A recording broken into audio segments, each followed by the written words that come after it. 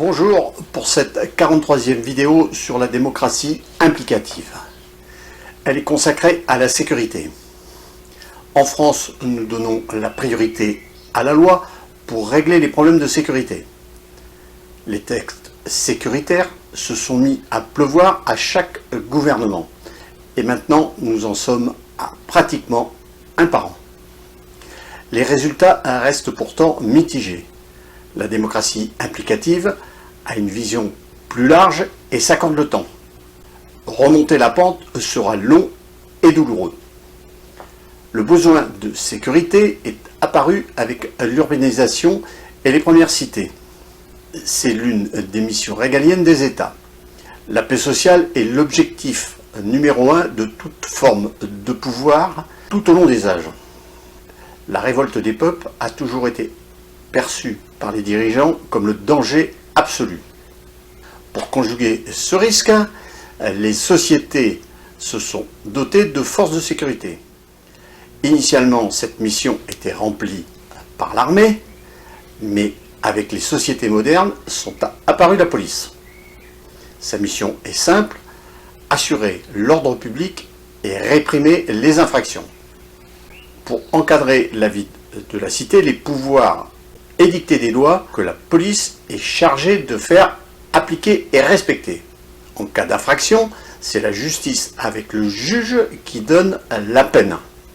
Aussitôt que les lois sont apparues, des personnes ont cherché à les contourner. Ce sont devenus des hors-la-loi. Ils ont pris de nombreuses appellations au fil des ans, bandits, voleurs, délinquants, etc. Les villes sont devenues les lieux privilégiés de ces activités illégales. Les délinquants se sont donc organisés en bandes comme les grandes compagnies, les gangs ou les mafias. Ils se sont souvent concentrés dans des lieux de non-droit, comme à Paris avec la Cour des Miracles. Les pouvoirs ont toujours cherché à repousser ces sites à la périphérie des cités. La délinquance n'est pas l'apanage des plus pauvres. Les classes supérieures ne sont pas épargnées. Leurs domaines d'activité sont différents, plus tournés vers l'escroquerie ou les trafics financiers. De tout temps, les civilisations florissantes, ou réputées l'être, ont attiré l'immigration et systématiquement provoqué le rejet des populations résidentes. La situation que nous connaissons dans nos banlieues n'a donc rien d'exceptionnel. Athènes et Rome l'ont connu avant.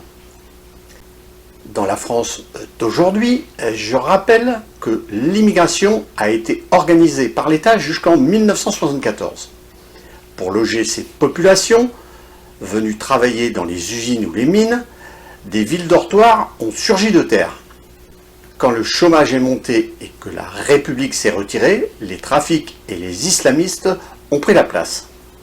Sous le gouvernement de Lionel Jospin, entre 1997 et 2002, deux initiatives majeures ont été prises pour endiguer la montée de la violence. La police de proximité en 1998 et la loi SRU, Solidarité et Renouvellement Urbain. Ce dispositif est complété par la création de l'ANRU en 2003. C'est le gouvernement Raffarin qui l'a promulgué. À cette époque, l'État se dote vraiment d'une politique cohérente. Malheureusement, ce bel édifice va être remis en question par Nicolas Sarkozy qui supprime brutalement la police de proximité alors qu'elle commençait à donner des résultats. Il remplace ce dispositif par une nouvelle stratégie dite de la politique du chiffre. Elle aura des retombées particulièrement négatives et aggravera les tensions dans les banlieues.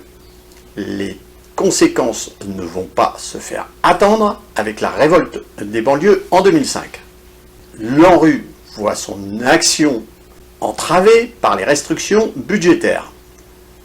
Malgré cela, il faut saluer son action qui a vu de belles réussites comme aux Mureaux. Cette ville a bénéficié d'une politique de restructuration réussie. Pourtant, la cité est souvent devant l'actualité, comme avec l'affaire de Mandanville en 2016. Cela montre que l'urbanisme ne solutionne pas tout. Les programmes sociaux d'accompagnement manquent pour être pleinement efficaces. Les forces de l'ordre sont aujourd'hui dépassées dans nombreuses cités sensibles. Des zones de non-droit existent dans les grandes métropoles et gagnent de plus en plus les petites villes. La démocratie applicative n'a pas de solution miracle, mais une stratégie de reprise de contrôle sur la durée. Il faudra recouvrer le terrain perdu, cité par cité, bloc par bloc, escalier par escalier, appartement par appartement. Quand un territoire est repris, il ne faudra plus lâcher et passer au suivant. Et ainsi de suite. Logiquement, vous me répondrez que cela prendra du temps. La réponse est clairement oui. Mais ce que nous avons lâché en 40 ans ne pourra être repris que sur une durée égale. Nous sommes soumis à un changement de direction incessant de nos politiques. Le meilleur exemple est celui cité plus haut avec la politique de proximité. C'est le danger absolu. Pour y remédier, la démocratie implicative éradiquera ce problème avec un référendum d'irréversibilité. Je reviendrai plus tard sur l'explication de ce mécanisme fondamental. L'ANRU a fait du bon travail, mais les moyens et les objectifs sont trop limités. Il faut aller au-delà de la rénovation avec la reconstruction. L'urgence climatique nous en donne l'obligation. Il faut à la fois construire des bâtiments de qualité et à énergie positive. Pour endiguer la violence, il faut aussi proposer des objectifs capables de mobiliser les jeunes. J'ai déjà expliqué la chance historique que nous avons laissé passer avec Paris 2024 et Expo France 2025. Il nous reste toutefois la lutte contre le réchauffement climatique et l'implication dans la reconstruction des quartiers. Avec la crise des Gilets jaunes, nous avons vu les forces de l'ordre réagir avec force et parfois trop. Il faut leur faire crédit d'une situation particulièrement délicate. Il est bon de rappeler qu'il n'y a pas longtemps encore, la troupe tirait sur la foule à balles réelles. Nous sommes aussi marqués par le syndrome Malik Oussekine, tué par des escadrons volants à moto lors des émeutes de 1986.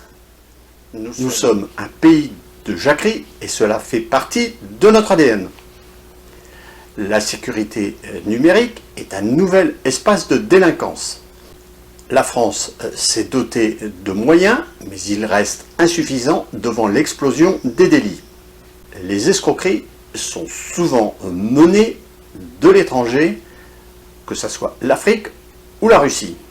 Les hackers mal intentionnés savent prendre le contrôle d'institutions qu'ils soumettent à la rançon. Les hôpitaux et les entreprises sont ciblés et particulièrement recherchés. La démocratie implicative est une démocratie fortement numérique.